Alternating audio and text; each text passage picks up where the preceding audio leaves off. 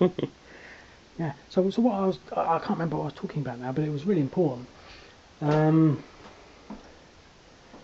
basically, yeah, something to do with. Yeah, that was what I was trying to get onto. Just something else. I'm just talking generally now. It's generally a load of nonsense, but this is what I'd like to talk like in public. And you could sort of say, well, the thing is, some of the reasons things get a bit odd is because there's no one there to say, yeah, but what about this? You know, surely the government, they're not all evil. Surely they're not all eating babies, you know, brains every morning. You know, surely they want to do a little bit of good. You know, I must say, well, yeah, but these things are a little more abstract than that. You know, I mean, if they were doing that, we would all notice and rise up. But as far as I'm concerned, it is all noticeable, and people should have risen up. But we become essentially a slave state, a police state, a tyranny, controlled society. It doesn't matter how you want to look at it or address it. This is what we've become. Every day I look at essentially what the powers that be dictate and control. I look at the news. You know, it's all propaganda. It's all there to reinforce, contrive and control what people do and how people think. I mean, you've got to be so careful about how you look at these things, but I mean, you know, certain roads I don't even want to go down, you know, just because they just wouldn't do myself any favours, although it's true. But what I'm trying to get to here is all this, everything is basically propaganda to control how we think. If you step out of that machine, you're a problem to them. They don't want you stepping out of that machine at all. Now, I struggled saying what I was saying there because I'm trying to just create a little bit of foundation for what I'm trying to get onto. It's all about the media. Now, you've got to look back in the 1950s. Now, they started to make films and present the news. We had books, and there were books and books and books, and if you look back at them and the films and the news and the newspapers, you will see that things were written in a particular way. Now, I have a collection of newspapers from 1830, 1835, 1840, 1845, 1850. I've got about 160 huge volumes of newspapers from those periods, and these are not just stacks of paper, these are all bound in calf leather, and you can read things that people wrote and said, and you can see how it's changed. You could not take the news articles that they were written back in those days when people actually had a harness on truth. For example, if you were to have, I just don't want to sort of think up too many things. I'm just going to make up an example that won't sound as strong or as emotive as the one I really want to talk about. But if you were to have, I don't know.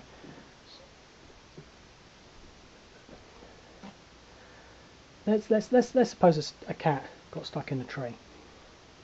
They would have written, "Cat gets stuck in tree. Mrs. Miggins' cat stuck in tree. We went to speak to Mrs. Miggins' neighbour, and Mrs. Miggins' neighbour said that Mrs. Miggins, who is a shopkeeper, has been living at this particular address for 6 years, and her cat, who's called Bob, has been fed pretty much on a staple diet of liver and eggs and cat food, etc., etc. What I'm trying to bring up here, they start talking about matters of fact, and because it's an abstract example, it might not be so clear to understand, but they talk about the truth. just matters of fact. This is what Mrs. Miggins has been doing. And then they might talk about the tree. We say, well, we actually went to the tree, and the tree was like 30 foot tall, and it had leaves on it because it's summer, and the cat was stuck right at the very top. And no one actually knows how the cat got stuck up there, but Fred from down the road, he's got a theory that the cat was chasing a bird. Now the thing is, this story could be a whole page of narrow columns, maybe 1,000, 2,000, 3,000 words, maybe with a picture of Mrs. Miggins or her cat or the tree or all three. But these days you would not have that story. You might have police save protected animal. Official government sources state that animal protection officers have been out and saved a protected animal from peril, and that's it. And then you'll say, then it will say things like, you know, our brave animal protection officers have been protecting animals now for 20 years. An official spokesman said it was quite a dangerous case of an animal being unprotected, and we will see that the people responsible for this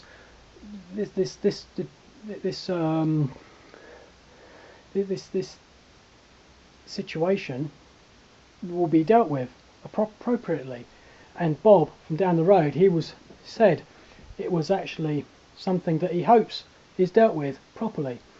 And Fred, the other person from down the road, he was quoted as saying, well, you know, I mean, when I found out what happened, I was shocked, and I was perturbed, and I thought it was really unusual. I mean, it's not usual that we have the animal protection people out in such figure. There were at least 3 or 4 official animal protection vehicles, including one with a ladder, and there were lights, and we were wondering whether we could go home, whether it was safe. We didn't actually know exactly what was happening. But the point is, what I'm trying to say is, there's not an ounce of fact or truth. It's all hyperlobe. It's all absolute bullshit. You know, they've not actually mentioned what has happened, who has it happened to. It's just hyperlobe. And the thing is, you will not hear any more of that story unless the powers that be want to actually further their own agenda again at some future stage by stating how well they handled the situation, and well, you know, what appropriate, you know, criminal measures were carried through.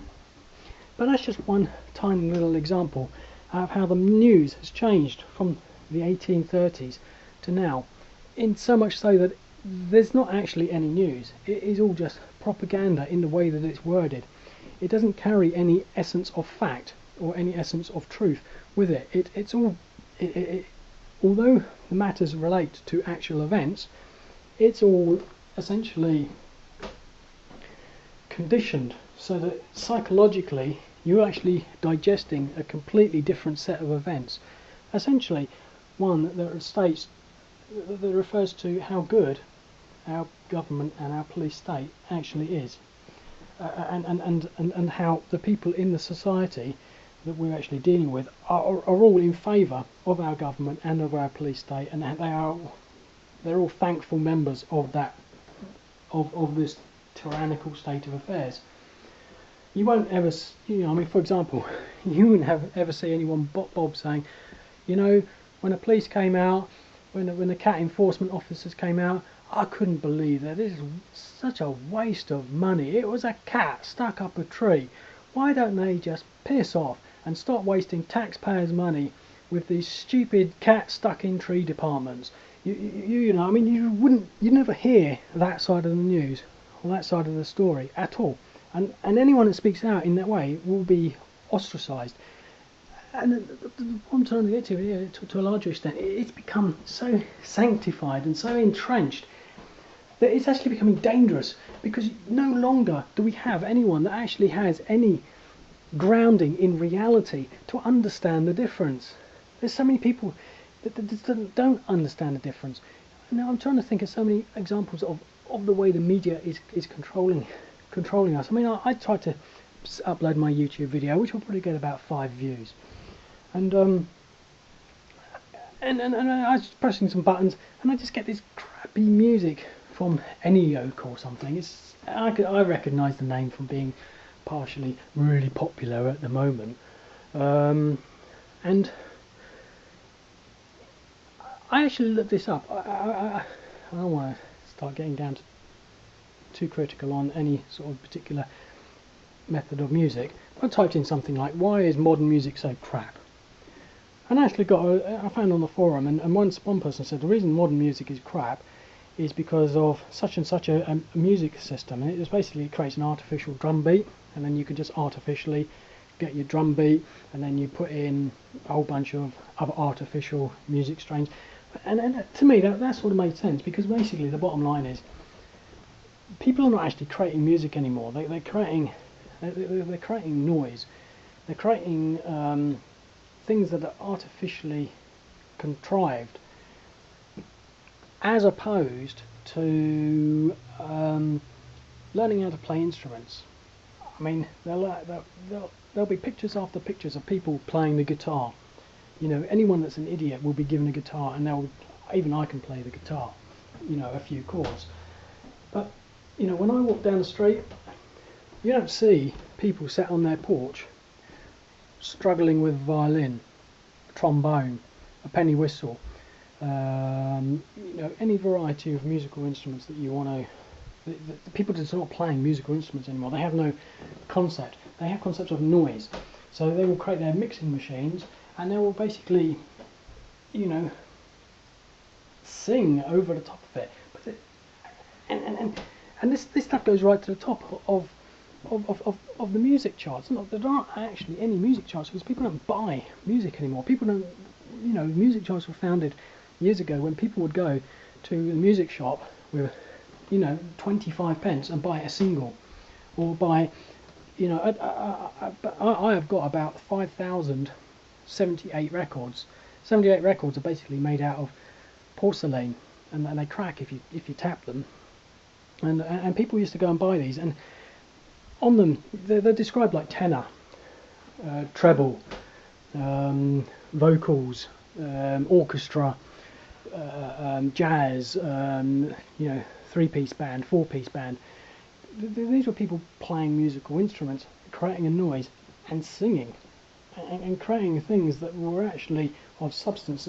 But it took skill. It took skill, and that's the big difference. The world today is full of products that take no skill, and we're losing touch with reality to the extent that people don't understand the premise of music anymore. They don't understand the premise of a good film, or more importantly, the premise of a good book, or even more importantly, the premise of what is good. I mean, you think, oh, this bloke is a narcissist. That is the premise. I am good. What I produce, whatever it is, usually ends up being good. And you can have people that will argue against that, and that's fair enough. But the bottom line is, when it comes down to actually transferring what is good into something substantial, they're not doing it. They're creating music that is absolute crap. We've got reality TV shows where the prime concept is to be a big asshole. You know, I saw this celebrity chef thing. I mean, I didn't watch it.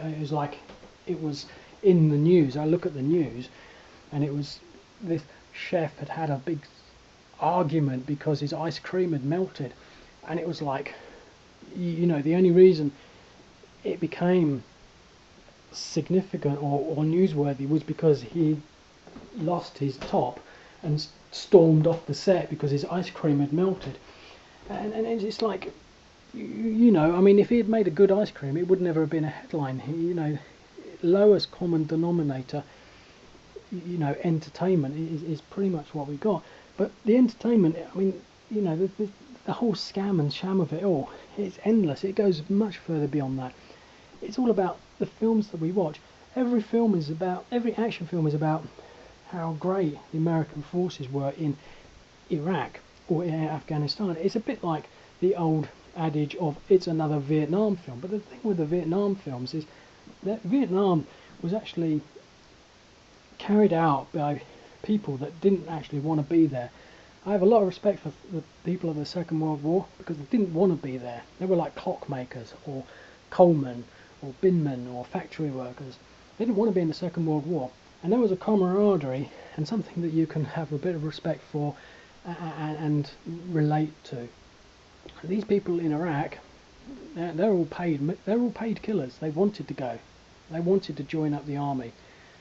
You know, it's a completely different ball game.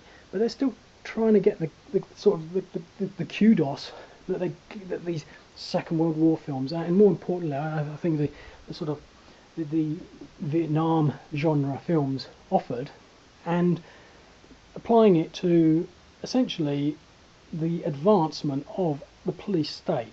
You know, Hitler invaded Poland in 1939. In 2000 and whenever, who invaded Iraq? You know, I mean, essentially, the invasion of Iraq has created a calculated instability in the region that, to this very moment, is resulting in the widespread murder of thousands of people, hundreds of thousands of people. You know, the news will always say, "Oh well, this many people died." You know, I try to, you know, get people to understand that for every person that dies, there are probably 1,000 that are seriously upset in some way. And when I say upset, you know, I'm not talking about, people that maybe lost an arm, but you don't have to lose an arm. You could have a fracture in your little finger that will cause you rheumatism for the rest of your life, and you associate it with the fact that you were caught insequently in an explosion. You might have been in a bus trying to get away from an area and you crashed. The thing is, the situation wouldn't have happened if the American or the British governments hadn't been blowing people up or hadn't instigated an illegal instability into what was a stable area. You know, for every one person dead, there's 1,000 people suffering one way or another, and all they can do is try and justify that with films like, I can't remember, it's just one film after another. Some of them are actually almost quite good. I can't remember what it is. It's something like Iron Jacket or something. It's basically about this bloke who's a sanctified actor that everyone can relate to because he's got a sad face and a happy face, but he basically is in Iraq and he's a bomb disposal person, and then he becomes really super friends with this Iraqi taxi driver that has lost his legs. It's just all propaganda. And the thing is, you get so sick to death of watching one piece of propaganda after another. You know, whether it's the X-Men, you know, which is like just an analogy for multicultural, multi-ability integration with all these basically idiots working together. I'm just sick to death of watching. When I fly over the Atlantic, I get to see the latest films, and I just go through one after the other, and it's just nothing other than government propaganda for an evil regime that we have in place at the moment. There's nothing like the films that we might have had in the 70s. In the 70s, we had a lot of films that were they brew up out of what I call the honest creativity of a creative artist, whether that was a writer, a producer, or just a genre. But these films were where people would, I can't remember, they were usually rock glam with their leather jackets and long hair, and it was Armageddon, but they were fighting the government. You know, the evil government were trying to, this is one thing, Escape from the Bronx or something. and the evil government are trying to demolish their slum housing, and they're fighting the evil. You just don't see that anymore. The nearest we can get to that is zombies, because the zombies, everyone can hate the zombies. So the government just don't want people hating the government. I mean, you're still getting a small clan of sort of anti-state films. For example, a very recent film that I saw, it's one where that basically time was money, and people were running out of time, and basically if they didn't get, it was all about this thing about people sort of, their mother dying because they didn't get the time to pay for her to be alive, something like that. But another, the Hunger Games is a load of bullshit, but one in particular, and I think this pretty much sums up how banal and bullshitty modern movies are. So much so that I don't watch them anymore. I watch them while I'm on the plane because it's free, and I sort of, I've got not much else to do. But it's a film, and there were 4 types of people. There were the peaceful people that basically went around. It was a modern state that had been a perfect community or whatever, and they had the peace givers, and they basically went around giving succor to people. And then you had the workers, and then you had another one of the true speakers, and they spoke the truth, and they were really good at administration. And then you had another class that were called they were basically the police. I can't remember what they're called. Them. There's something like the outgoers or something, and they jumped around, and the whole concept of what they did was just so pathetic. They were all jumping off of trains, and this one girl that was, another big stance of what the government is doing is feminism. Women are just as good as men. I mean, the bottom line is they're not. They are good at other things, and men are good at other things. Men are good at having dicks, and women are good at having tits. These are things that are inalienably related to the sexes. And this film basically had this woman that suddenly, oh well, I'm not. Almost exactly what I'm talking about here. Oh, I'm not sort of controlled. I'm going to not become a peace giver because that was what she was. I'm going to become one of these other jumpy about people. And the first thing she had to do was like climb up the side of a railway line and jump off a train. And the fact of the matter is, she probably wouldn't have been able to do it because her bones would have been so subtle, and her muscles so weak that she probably wouldn't be able to do it. I mean, you take the average, very effeminate female, and they probably can't lift their own weight.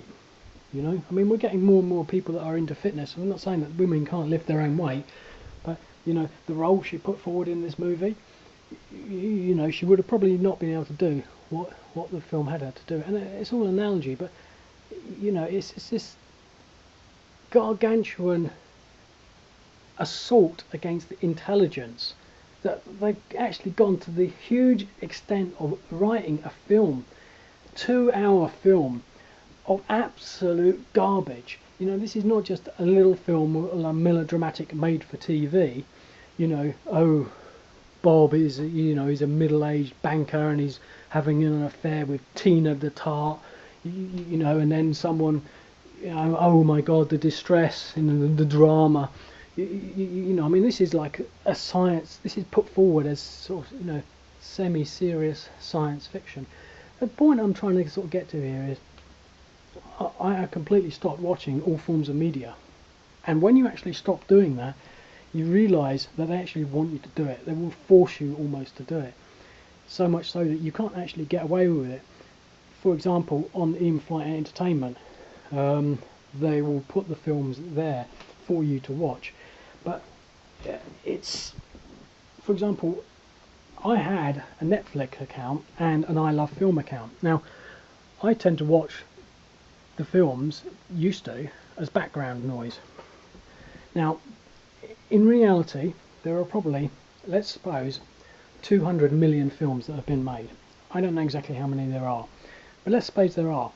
If you look at the Netflix, let's look at Netflix on its own. Now, they're trying to push a lot of the TV series, which is tripe, which is basically unadulterated government propaganda. But they don't call themselves net tripe. They call themselves Netflix. Flix is colloquial for films. So you feel like you're getting a library resource for films. And when you actually look at the films that they've got, they will have 10 genres, and not all those genres will be of your liking. So I reckon 50% of all the films you can scrap totally. You don't want to watch the kids' films. You don't want to watch the romance films. You don't want to watch the documentary films. 50% of it you can just scrap. And then once you get into the genres itself, another 50% of that you can scrap, because you wouldn't want to watch it. Because although it's maybe science fiction, which I like, it's sort of like, it's science fiction about this woman that has a baby grown in her head or something stupid like that, and it's a woman's, it's just not that great. So again, you're out to about 25% of what you can get. The bottom line is, once you start filtering out what you don't like, and then what you're really not into seeing, and then what you've already seen 5 times, what you realise is that the Netflix account that you pay for has the equivalent of what I would call a mediocre film buffs collection. If I took my $5.99 every month from Netflix, in 2 years I would have 24 DVDs. Now let's supposing I did it for a few more years. Basically, it wouldn't take too long before I could actually buy more videos, more DVDs to watch that I would like to watch than they have on Netflix. And the same is for Love Film, exactly the same. Basically, you get to the situation where you can spend half an hour looking for something that you've not seen before, and not find anything, and they will have like 2 updates, and the updates are for things that were made half a century ago, or the 70s or the 80s or something like that. But essentially, when you actually realise that, well, okay, they've got, let's be mean about it. Let's suppose they've got 200 films that you can watch. That's a collection of 200 films. You're paying $5.99 or whatever it is a month to watch a collection based on 200 films. There are 2 million films that have been made.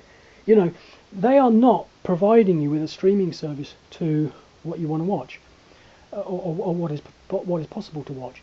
They are providing you with a government-sanctioned propaganda channel to control what people are thinking and considering, by making available movies almost on a per user basis. For example, if I was depressed, they might make available a film that they think would cheer me up. That's the personal level that they could almost get to. But other levels are, they're not showing. There are thousands of out of copyright black and white films that you can actually go to from the 30s and from the 40s that you can actually find freely on the internet. You can probably find more free non-copyright movies available on the internet free than you will find total movies on Netflix. Why aren't they showing those films? It's not down to the fact that it's licensing money, although that is a big fact, that they are trying to make an industry out of it all. This film, I can go to YouTube and find almost as much variety of full-length films as I want. I watched this film just last night called Liar, which makes me sound like a liar because I said I don't watch them, but I do my best. But the fact of the matter is, Netflix are essentially just another part of this streaming media police state thing that if you start to try and escape from it, it won't let you. You keep getting adverts. Have you got what you used to be a member of Netflix? Why don't you sign up again? You start, you can't get away from the constraint of media broadcasting into your head. Time and time again, I fail and I watch something else. I try to be very careful about what I watch, but you can't. You can get on a plane. There's movies. You go to the gym. There's movies. You go to the petrol station, and then there's video broadcast. It's all the same sanctified media propaganda. You know, it's unbelievable now.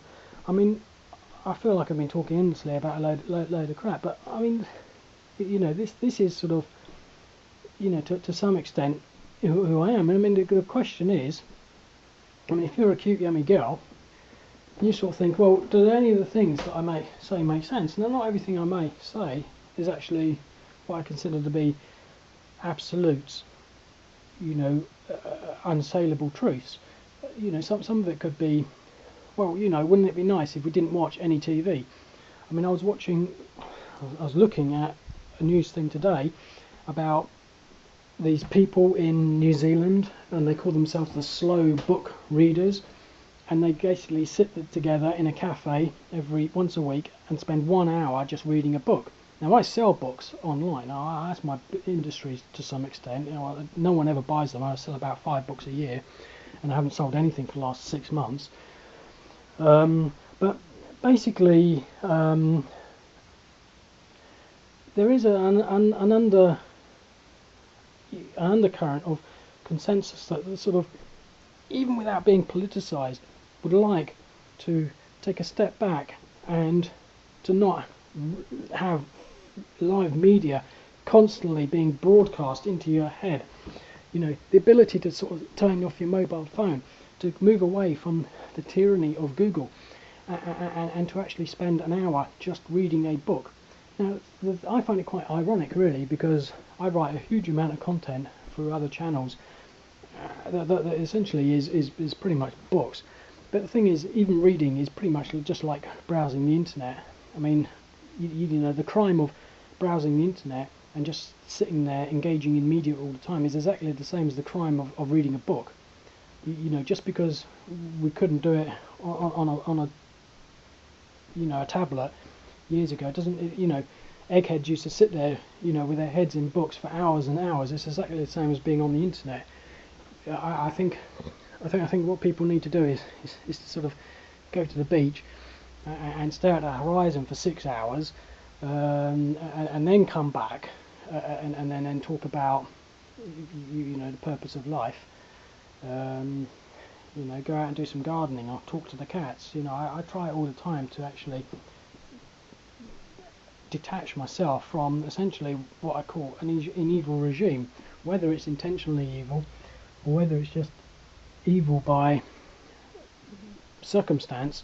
It doesn't really make any difference. Everything that we see is lies. The news is lies. It's all you know, we're not.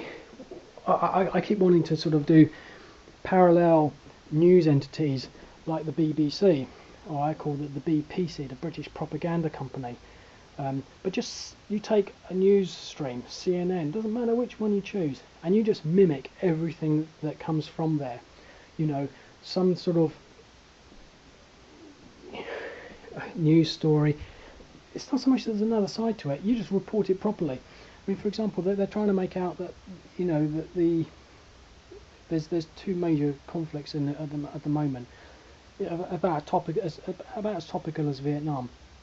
But there's ISIS, or whatever you call it. Well, they're not really, you know, they're trying to make out that ISIS are this incredibly evil bunch of people. Well, you know what? Maybe they are. I've got absolutely no sides on that whatsoever. You know, I'm not political in that sense. But I know for sure that they're probably giving as good as they're getting. They're brutal. You know, areas, and people have been, you know, in wars. People have been shooting people, you know, indiscriminately. You know, the Caucasus. You know, there's all the videos of people just shooting people and deliberately running people's heads over with tanks. You know, as a form of murder.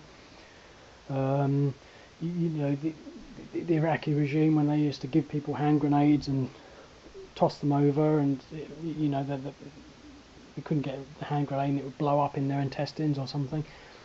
Or, you know, but even at the moment in the Ukraine, you know, they're trying to make out that the rebels are this force of evil backed by the Russian government.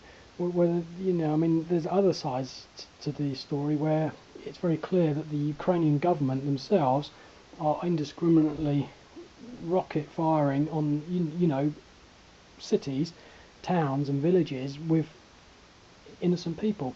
The whole thing with Israel against Gaza. You know, I mean, you can take any one of these news stories and you'll find that there's basically an agenda, and you've got to put your hand on that agenda and reveal that agenda. So much so that you can, I mean, there are stories of things where they just don't even tell the truth anymore. Like this woman getting the cat stuck in the tree. It's almost good that we come full circle on this, because basically, if you can get the agenda and you can rip it out, you can show what they're making this story out to be, and you'll see that there is absolutely no substance in the stories. There's no fact, and so much so that, I mean, the point I'm really trying to get to, and I'll maybe finish on this, is that I perceive a world where the news stories, they don't even have pictures of what you're talking about, because they are abstracting things so much. So if for example it's a story about an accident on the I-175, they will have a picture of a palm tree, because the palm tree represents Florida, where the I-175 is.